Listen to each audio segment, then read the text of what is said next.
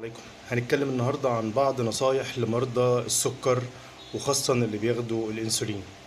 اللي بياخد حقن الانسولين سواء بالسرنجة او بالقلم يفضل ان هو يعمل تغيير في مكان الحقن باستمرار.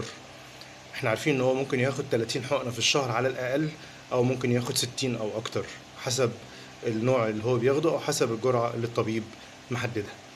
فلو هيدي ال 30 او 60 حقنه او الاكتر دول في مكان واحد، ده بيسبب ان الجلد بيحصل له السمك بتاعه بيزيد، بيبقى امتصاص الدواء عن طريق المكان ده بيبقى صعب شويه، فده بيأثر في العلاج بتاع الانسولين وعلاج السكر بالتأكيد. علشان كده احنا لازم نوزع مكان الحقن. طب مكان الحقن ده ايه؟ احنا ممكن ندي هنا، سواء على اليمين او على الشمال، اعلى الذراع من بره، سواء على اليمين او على الشمال، او اعلى الفخذ، الحته اللي هي بارزه دي، اعلى الفخذ. او احسن مكان بيبقى جنب السره اليمين ب5 سنتي، او جنب السره الشمال ب5 سنتي. ابتدي ادي الحقن دي، وممكن برضو ادي في عضله الاليا، ولكن بيصعب على مريض السكر ان هو يدي في المكان ده، ولكن ينفع يتاخد فيه. فبالتالي نغير الاماكن دي باستمرار.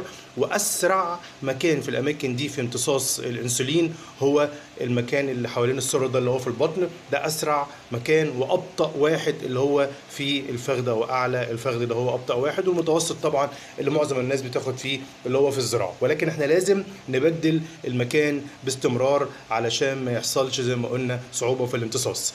تاني حاجه، لو انت حسيت بهبوط في السكر، ودي اعراضه معظم الناس اللي بيجي لها هبوط في السكر بتبقى عارفاه، بتلاقي ضربات القلب زايده، بتلاقي في عرق ساقع حتى في عز الحر، ولو جسيت جلد المريض بتلاقي جلده ساقع ومندي طبعا بسبب العرق. فورا لازم ياخد عصير فواكه، حاجه مسكره يعني، ياخد سكريات، ياخد عسل، ففورا ياخد الحاجه دي عشان ترفع السكر بتاعه.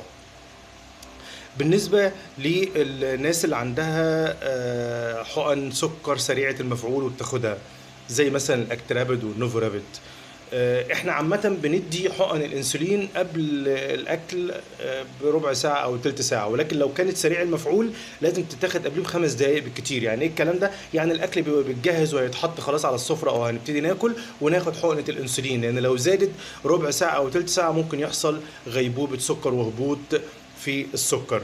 بالنسبة للناس الصايمة أو اللي بتصوم، أنسب نوع أنسولين ليها هو الأنسولين طويل المفعول زي اللانتوس، وخاصة إن اللانتوس مش مرتبط أصلا بالأكل، فيتاخد في أي وقت مفيش مشكلة. فده أنسب حاجة للصيام، اللي هو أنسولين طويل المفعول اللي بيتاخد مرة واحدة بس في اليوم. مش هينفع في الصيام خالص لأن أنا أدي سريع المفعول وأنا صايم، لأني أكيد هيعمل هبوط شديد وغيبوبة سكر.